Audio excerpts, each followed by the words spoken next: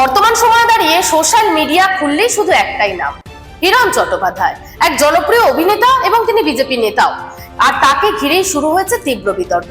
তার স্ত্রীর অভিযোগের ভিত্তিতেই মামলা রুজু করেছে আনন্দপুর থানার পুলিশ।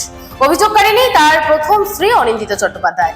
তার দাবি, বিবাহিত অবস্থায় থাকাকালীনও অভিনেতা হিরণ চট্টোপাধ্যায় দ্বিতীয়বার বিয়ে করেছেন এবং শুধু তাই নয়, স্ত্রীর ওপর দীর্ঘদিন ধরে মানসিক ও শারীরিক নিগ্রহ চালানোরও অভিযোগ রয়েছে অভিনেতার উপর। অভিযোগে আরো বলা হয়েছে, হিরণ ও ঋতিকার বিয়ে আইনত অবৈধ। এই দ্বিতীয় বিয়ের ছবি নিজেই সোশ্যাল মিডিয়ায় পোস্ট করেছিলেন অভিনেতা হিরণ চট্টোপাধ্যায়। তবে বিতর্ক বাড়তেই সেই ছবি সোশ্যাল মিডিয়া থেকে সরিয়ে নিয়েছেন তিনি।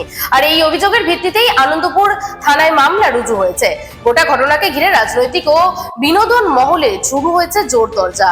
আর যদিও এখন দেখার বিষয় এটাই যে তদন্তের তথ্য কি সামনে আসছে এবং এই মামলায় হিরণ চট্টোপাধ্যায় নিজেকে কিভাবে অবস্থান স্পষ্ট করছে।